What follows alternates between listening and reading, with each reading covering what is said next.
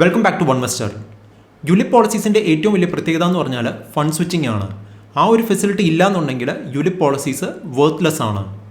So ഇന്നത്തെ എപ്പിസോഡിൽ ULIP പോളിസീസിലെ fund switching എന്താണെന്നും അത് എങ്ങനെയാണ് വർക്ക് ചെയ്യുന്നതെന്നും അതിൻ്റെ അഡ്വാൻറ്റേജസ് എന്താണെന്നും അത് നിങ്ങൾക്ക് എങ്ങനെയാണ് എഫക്റ്റീവായിട്ട് യൂസ് ചെയ്യാവുന്നതെന്നുമാണ് ഞാൻ പറയാൻ പോകുന്നത്. ഞാൻ ഈ ഒരു എപ്പിസോഡ് ചെയ്യാൻ കാരണം ഒരു സബ്സ്ക്രൈബർ എന്നോട് പറഞ്ഞതാണ്, പുള്ളിയുടെ ഒരു ഫ്രണ്ട് ഒരു ULIP പോളിസിയിൽ 25 ലക്ഷം രൂപ ഇൻവെസ്റ്റ് ചെയ്തിട്ട് ഫണ്ട് സ്വിച്ചിങ് വഴി 45 ലക്ഷം രൂപയുടെ റിട്ടേൺസ് ജനറേറ്റ് ചെയ്തെന്ന്. സോ അതെങ്ങനെയാണ് അയാൾ ജനറേറ്റ് ചെയ്തതെന്നും കൂടെ ഞാൻ പറയുന്നതായിരിക്കും. ഒരു ULIP പോളിസിയിൽ ഓരോ വർഷം 5 ലക്ഷം രൂപ വീതം ഇൻവെസ്റ്റ് ചെയ്തിട്ട് 5-ാം വർഷം അതിൻ്റെ വാല്യൂ 45 ലക്ഷം രൂപ എത്തിയിട്ടുണ്ടെങ്കിൽ അതിനർത്ഥം ആ ഇൻവെസ്റ്റ്മെൻറ്റിൻ്റെ CAGR എന്ന് പറഞ്ഞാൽ 20% മേലെയാണെന്നുള്ളതാണ്. അതെന്ന് പറഞ്ഞാൽ ഒരു എക്സലൻറ്റ് റിട്ടേൺ തന്നെയാണ്. അത് എങ്ങനെയാണ് പുള്ളി അച്ചീവ് ചെയ്തതെന്നും നിങ്ങൾക്കും അത് എങ്ങനെയാണ് അച്ചീവ് ചെയ്യാൻ പറ്റുന്നതെന്നും ഞാൻ പറയുന്നതായിരിക്കും.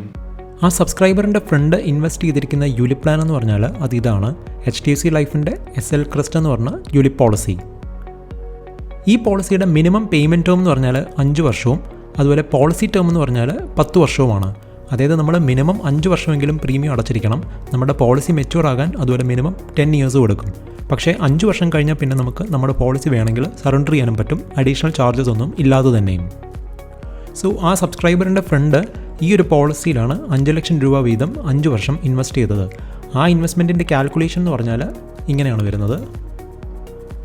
ആ ഇൻവെസ്റ്റ്മെൻറ്റ് സ്റ്റാർട്ട് ചെയ്തിരിക്കുന്നത് 2015 അതുപോലെ പുള്ളി ആ പോളിസി സറണ്ടർ ചെയ്തിരിക്കുന്നത് 2020 ഡിസംബറിലുമാണ്. സോ പുള്ളി സറണ്ടർ ചെയ്തപ്പോഴത്തേക്ക് പുള്ളിക്ക് 47,49,000 കിട്ടിയത്. സോ അതിൻ്റെ റിട്ടേൺസ് എന്ന് പറഞ്ഞാൽ നമുക്ക് നോക്കാം, 18.18% ആണ്. ഇനി പുള്ളി അത് സറണ്ടർ ചെയ്തത് 2020 മാർച്ചിലായിരുന്നെന്നുണ്ടെങ്കിൽ പുള്ളിയുടെ റിട്ടേൺസ് എത്രയാണെന്ന് നോക്കാം. അന്ന് പുള്ളിയുടെ ഫണ്ട് വാല്യൂ എന്ന് പറഞ്ഞാൽ 45 lakhs ആയിരുന്നു.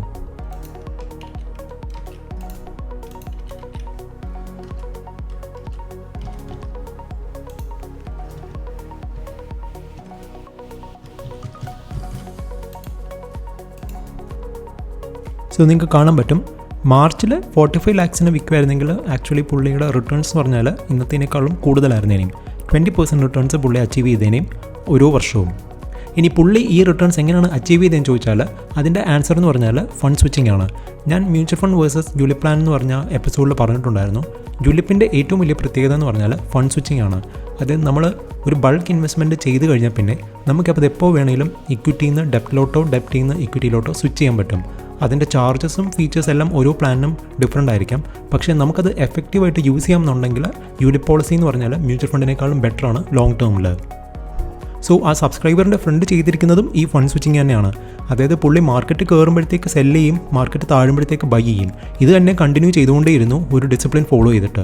സോ മേ ബി പുള്ളി PE റേഷ്യോ ആയിരിക്കാം ബെഞ്ച് മാർക്കായിട്ട് സെറ്റ് ചെയ്തിരിക്കുന്നത്. അല്ലെങ്കിൽ ഓരോ 500 points കയറുമ്പോഴത്തേക്ക് ബൈ സെല്ല് ചെയ്തു, അതുപോലെ 500 points താഴോട്ട് പോകുമ്പോഴത്തേക്ക് ബൈ ചെയ്തു. ഈ രീതിയിലായിരിക്കും ചിലപ്പോൾ ട്രേഡ് ചെയ്തിരിക്കുന്നത്. അതെങ്ങനെയാണെന്നുള്ളത് ആ സ്വിച്ചിങ്ങിൽ എനിക്ക് വ്യക്തമല്ല. പക്ഷേ ഇതേപോലെ എന്തെങ്കിലും ഒരു സ്ട്രാറ്റജി ഫോളോ ചെയ്ത് കാണുമായിരിക്കും ഈ ഒരു റിട്ടേൺസ് അച്ചീവ് ചെയ്യാനായിട്ട്. അത് മനസ്സിലാക്കണമെന്നുണ്ടെങ്കിൽ നമുക്ക് നിഫ്റ്റിയുടെ PE റേഷ്യോയുടെ ചാർട്ട് ചെക്ക് ചെയ്യാം.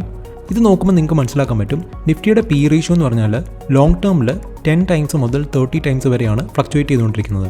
സോ അത് എപ്പോഴൊക്കെ ഒരു 25 times 30 times എത്തുമ്പോഴത്തേക്കും അത് കറക്റ്റ് ചെയ്തിട്ടുണ്ട്. സോ ഷോർട്ട് ടേമിലാണെങ്കിലും ലോങ് ടേമിലാണെങ്കിലും ഇതേപോലെ ഒരു പാറ്റേൺ ഫോളോ ചെയ്തിട്ടുണ്ടായിരിക്കും. സോ അതുകൊണ്ട് തന്നെ നിങ്ങൾക്കിപ്പം സ്പെക്കുലേറ്റ് ചെയ്യണമെന്നുണ്ടെങ്കിൽ PE റേഷ്യോ വെച്ചിട്ട് സ്പെക്കുലേറ്റ് ചെയ്യാം, അല്ലെങ്കിൽ മൂവിങ് ആവറേജ് വെച്ചിട്ട് സ്പെക്കുലേറ്റ് ചെയ്യാം, അല്ലെങ്കിൽ ഹയർ ലോസും വെച്ചിട്ട് വേണമെങ്കിലും സ്പെക്കുലേറ്റ് ചെയ്യാം. ഇപ്പം ഫോർ ഇൻസ്റ്റൻസ് നിങ്ങൾക്കിപ്പം ചാർട്ട് എടുത്ത് ചെക്ക് ചെയ്യുമോ അല്ലെങ്കിൽ ക്യാൻഡിൽ സ്റ്റിക്ക് നോക്കുകയാണെങ്കിൽ കാണാൻ പറ്റും, നിഫ്റ്റി ഇപ്പം വീക്ക്ലി ബേസിൽ ഹയർ ഹൈയും ഹയർ ലോയുമാണ് ഫോം ചെയ്യുന്നതെന്നുണ്ടെങ്കിൽ നിങ്ങൾക്ക് ഹോൾഡ് ചെയ്യാം. അതെപ്പോഴാണ് ലോവർ ലോവും ലോവർ ഹൈയും ഫോം ചെയ്യുന്നതെന്ന് വെച്ചാൽ അപ്പോൾ നിങ്ങൾക്ക് സെല്ലും ചെയ്യാം.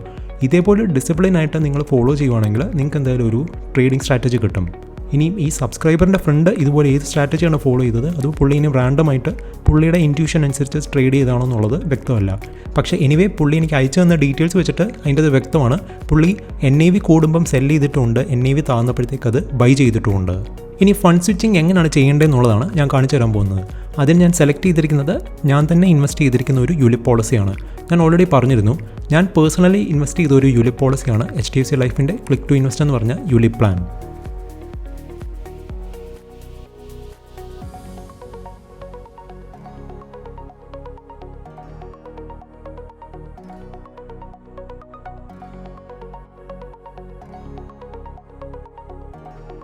ഇതാണ് ഞാൻ ഇൻവെസ്റ്റ് ചെയ്ത ആ ULIP പോളിസിയുടെ ഡീറ്റെയിൽസ് എന്ന് പറയുന്നത്. ഞാൻ ഇൻവെസ്റ്റ് ചെയ്തിരിക്കുന്നത് മാർച്ച് 2019 എൻ്റെ പ്രീമിയം എമൗണ്ട് എന്ന് പറഞ്ഞാൽ 1.5 lakhs ആണ്. അതിൻ്റെ മെച്യൂരിറ്റി എന്ന് പറഞ്ഞാൽ മാർച്ച് 2024 ഇത് ഞാൻ അധികം തവണ സ്വിച്ച് ചെയ്തിട്ടില്ല. ഇനീഷ്യൽ ടൈംസിലെപ്പോൾ മാത്രമേ അത് സ്വിച്ച് ചെയ്തിട്ടുള്ളൂ. അത് കഴിഞ്ഞാൽ പിന്നെ അത് ബ്ലൂ ചിപ്പ് ഫണ്ട് തന്നെ ഇൻവെസ്റ്റഡ് ആയിട്ട് ഇരിക്കുകയാണ്. അപ്പം ഇനി ഇതിൻ്റെ റിട്ടേൺസ് എത്രയാണെന്ന് നമുക്ക് നോക്കാം.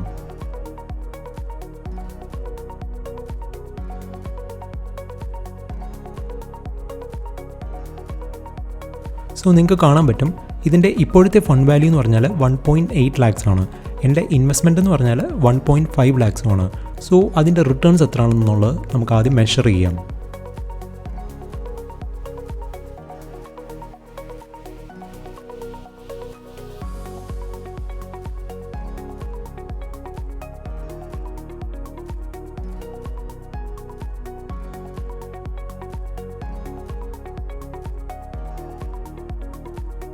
സോ എൻ്റെ CAGR എന്ന് പറഞ്ഞാൽ 11.27% ആണ്. അതായത് ഞാൻ ഇൻവെസ്റ്റ് ചെയ്തിരിക്കുന്ന എമൗണ്ട് എന്ന് പറഞ്ഞാൽ 1.5 lakhs ആണ്. ഇന്നത്തെ അതിൻ്റെ വാല്യൂ എന്ന് പറഞ്ഞാൽ 1.8 lakhs ആണ്. അതിൻ്റെ എക്സാക്ട് ഡേറ്റ് എന്ന് പറഞ്ഞാൽ നമുക്ക് ഈ CAGR കാൽക്കുലേറ്ററിൽ കൊടുക്കാൻ പറ്റും. അപ്പം നമ്മുടെ എക്സാക്ട് CAGRും കിട്ടും. സോ നിങ്ങൾക്ക് കാണാൻ പറ്റും 11.27% ആണ് എൻ്റെ CAGR എന്ന് പറഞ്ഞാൽ. ഇനി ഈ റിട്ടേൺസിൻ്റെ അബ്സല്യൂട്ട് റിട്ടേൺ എത്രയാണെന്നുള്ളത് നമുക്ക് ചെക്ക് ചെയ്യാം.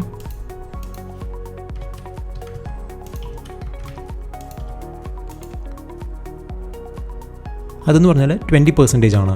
സോ എനിക്ക് വേണമെങ്കിൽ ഇതൊരു ബെഞ്ച് മാർക്കായിട്ട് സെറ്റ് ചെയ്യാം. എനിക്ക് എപ്പോഴാണ് എൻ്റെ ഇൻവെസ്റ്റ്മെൻറ്റിൻ്റെ വാല്യൂ 20% പ്രോഫിറ്റ് തരുന്നത്, അപ്പം ഞാനത് സേഫായിട്ട് ഇക്വിറ്റിയിൽ നിന്ന് ഡെപ്റ്റിലോട്ട് സ്വിച്ച് ചെയ്യുന്നു. അത് കഴിഞ്ഞ് മാർക്കറ്റ് കറക്റ്റ് ചെയ്യുമ്പോഴോ അല്ലെങ്കിൽ PE റേഷ്യോ പിന്നെ കോൺട്രാക്ട് ചെയ്യുമ്പോഴോ ഞാൻ വീണ്ടും ബ്ലൂ ചിപ്പിലോട്ട്, അതായത് ഇക്വിറ്റി ഫണ്ടിലോട്ട് സ്വിച്ച് ചെയ്യുന്നു എന്നുള്ളത്. ഇങ്ങനെ ഒരു പാറ്റേൺ ഫോളോ ചെയ്തിട്ടോ അല്ലെങ്കിൽ ഇങ്ങനെ ഒരു ഡിസിപ്ലിനായിട്ട് ഞാൻ ഇൻവെസ്റ്റ് ചെയ്യുകയാണെങ്കിൽ എനിക്ക് ലോങ് ടേം റിട്ടേൺസ് എന്തായാലും എബോവ് ആവറേജ് തന്നെ ആയിരിക്കും. ഇനി നിങ്ങൾക്കിങ്ങനെ സ്വിച്ച് ചെയ്യാൻ പറ്റത്തില്ല അല്ലെങ്കിൽ നിങ്ങൾക്കിത് എപ്പോഴാണ് സ്വിച്ച് ചെയ്യേണ്ടതെന്ന് അറിയത്തില്ല എന്നുണ്ടെങ്കിൽ മ്യൂച്വൽ ഫണ്ട് തന്നെയായിരിക്കും നിങ്ങൾക്ക് ബെറ്റർ ഓപ്ഷൻ എന്ന് പറഞ്ഞാൽ. കാരണം അതിന് വേണ്ടിയിട്ട് അധികം ചാർജസ് കൊടുത്തിട്ട് ഒരു ULIP പ്ലാനിൽ ഇൻവെസ്റ്റ് ചെയ്യേണ്ട ആവശ്യമില്ല. ഇനി ഫണ്ട് സ്വിച്ചിങ് എങ്ങനെയാണ് ചെയ്യുന്നതെന്ന് ചോദിച്ചാൽ അതിന് ULIPൻ്റെ പ്ലാറ്റ്ഫോമിലോട്ട് ലോഗിൻ ചെയ്യുക, അത് കഴിഞ്ഞിട്ട് ട്രാൻസാക്ടർ എടുക്കുക. അപ്പം അതിന് നമുക്ക് ഫണ്ട് സ്വിച്ചിങ്ങിൻ്റെ ഓപ്ഷനുണ്ട്. അപ്പം നിങ്ങൾക്ക് കാണാൻ പറ്റും നമ്മളിപ്പം സെലക്ട് ചെയ്തിരിക്കുന്ന പോളിസിയുടെ ഇപ്പോഴത്തെ അലോക്കേഷൻ എത്ര എന്നുള്ളത് അവർ കാണിക്കുന്നതായിരിക്കും. അതപ്പോൾ നമുക്ക് ഡിസൈഡ് ചെയ്യാൻ പറ്റും എങ്ങനെയാണ് നമുക്കത് ചേഞ്ച് ചെയ്യേണ്ടതെന്നുള്ളത്. ഇപ്പം ഇപ്പോഴത്തെ എൻ്റെ ഫണ്ട് വാല്യൂ എന്ന് പറഞ്ഞാൽ 100% ബ്ലൂ ചിപ്പ് ഫണ്ടിലാണ്, അതായത് ഇക്വിറ്റിയിലാണ്. ഇപ്പോൾ മാർക്കറ്റ് ഇപ്പോൾ ഒരു ബബിൾ സ്റ്റേജിലാണെന്ന് എനിക്ക് തോന്നി. സോ ഇപ്പം സേഫായിട്ട് എനിക്ക് മൂവ് ചെയ്യണമെന്നുണ്ടെങ്കിൽ ഞാനപ്പോൾ അത് മാറ്റിയിട്ട് ഇൻകം ഫണ്ടിലോട്ടോ അല്ലെങ്കിൽ ബോണ്ട് ഫണ്ടിലോട്ടോ എനിക്ക് വേണമെങ്കിൽ സ്വിച്ച് ചെയ്യാം. അതിപ്പം 100% തന്നെ കൊടുക്കണമെന്നില്ല. ഇപ്പോൾ ഒരു 50% ബോണ്ടിലോട്ടും ഒരു 50% ഇൻകം ഫണ്ടിലോട്ടും സെലക്ട് ചെയ്താൽ മതി.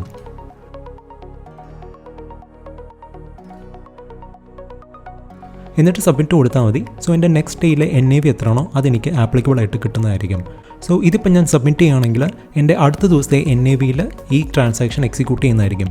ഇപ്പോൾ എനിക്ക് സ്പെക്കുലേറ്റ് ചെയ്യണമെന്നുണ്ടെങ്കിൽ ഇപ്പം മൺഡേയിൽ ഇപ്പം നിഫ്റ്റി ഒരു 500 points കയറിയിട്ടുണ്ടെങ്കിൽ എനിക്ക് അന്ന് 3 മണിക്ക് മുമ്പ് ഈ സ്വിച്ചിങ് നടത്തുകയാണെങ്കിൽ അന്നത്തെ NAV കിട്ടുന്നതായിരിക്കും. പക്ഷേ 3 മണി കഴിഞ്ഞാൽ പിറ്റേ ദിവസത്തെ NAV എത്രയാണോ അത് എനിക്ക് കിട്ടത്തുള്ളൂ. ഇപ്പം അടുത്ത ദിവസം 500 points താഴോട്ടായിരിക്കും പോകുന്നത്. അപ്പോൾ എനിക്ക് ആ NAV ആയിരിക്കും എനിക്ക് ആപ്ലിക്കബിൾ ആയിട്ടുള്ളത്. സോ സ്പെക്കുലേറ്റ് ചെയ്യുകയാണെങ്കിൽ അല്ലെങ്കിൽ ട്രേഡിംഗ് പെർസ്പെക്റ്റീവിൽ നോക്കുകയാണെങ്കിൽ ഓരോ ദിവസത്തെ അല്ലെങ്കിൽ വീക്ക്ലിയിലെ NAV നോക്കിയിട്ട് ആ ഓരോ 3 മണിക്ക് മുമ്പും അത് ഡിസൈഡ് ചെയ്യേണ്ടതാണ്, അതായത് ഫണ്ട് സ്വിച്ചിങ് നടത്തേണ്ടതാണ്. ഇനി ഞാൻ എന്താണ് ഈ ഫണ്ട് സ്വിച്ചിങ് ആക്ടിവേറ്റ് ചെയ്യാത്ത അല്ലെങ്കിൽ എക്സിക്യൂട്ട് ചെയ്യാത്തതെന്ന് ചോദിച്ചാൽ അതിൻ്റെ റീസൺ എന്ന് പറഞ്ഞാൽ നിഫ്റ്റിയുടെ ചാർട്ടിൽ നിന്ന് തന്നെ നമുക്ക് വിസിബിൾ ആണ്. നിങ്ങൾക്ക് കാണാൻ പറ്റും നിഫ്റ്റി ഡെയിലി ബേസിലും അതുപോലെ വീക്ക്ലി ബേസിലും അതുപോലെ മന്ത്ലി ബേസിലും പുതിയ ഹൈസ് ക്രിയേറ്റ് ചെയ്തുകൊണ്ടിരിക്കുകയാണ്. ഇപ്പോൾ വീക്ക്ലി ബേസിൽ നോക്കുകയാണെങ്കിൽ ഇപ്പം പ്രീവിയസ് വീക്കിനെക്കാട്ടിലും ഹയർ ഹൈയും ഹയർ ലോയുമാണ് ക്രിയേറ്റ് ചെയ്തുകൊണ്ടിരിക്കുന്നത്. ഇനി മന്ത്ലി ബേസിൽ നോക്കുകയാണെങ്കിൽ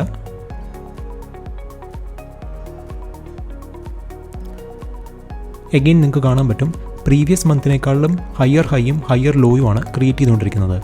ഇത് ഡെയിലി ബേസിലോ വീക്ക്ലി ബേസിലോ അല്ലെങ്കിൽ മന്ത്ലി ബേസിലോ എപ്പോഴാണ് റിവേഴ്സ് ചെയ്യുന്നത് അതായിരിക്കും ഒരു സെൽ സിഗ്നൽ എന്ന് പറഞ്ഞാൽ. ഫോർ എക്സാമ്പിൾ നിങ്ങൾക്കിപ്പോൾ കാണാൻ പറ്റും ജനുവരി 2020 നിഫ്റ്റിയുടെ ഓൾ ടൈം ഹൈ എന്ന് പറഞ്ഞാൽ 12,430 ആയിരുന്നു. അതിന് പ്രീവിയസ് മന്ത് നോക്കുകയാണെങ്കിലും പുതിയ ഹൈസും ലോസും ക്രിയേറ്റ് ചെയ്തുകൊണ്ടിരിക്കുകയായിരുന്നു. പക്ഷേ ഫെബ്രുവരി എത്തിയപ്പോഴത്തേക്ക് ലോവർ ഹൈയും വന്നു, ലോവർ ലോവും വന്നു. അത് കഴിഞ്ഞ് വീണ്ടും ഒരു ലോവർ ലോയും ലോവർ ഹൈയും വന്നു. അത് കഴിഞ്ഞ് പിന്നെ അത് കയറാൻ തുടങ്ങി.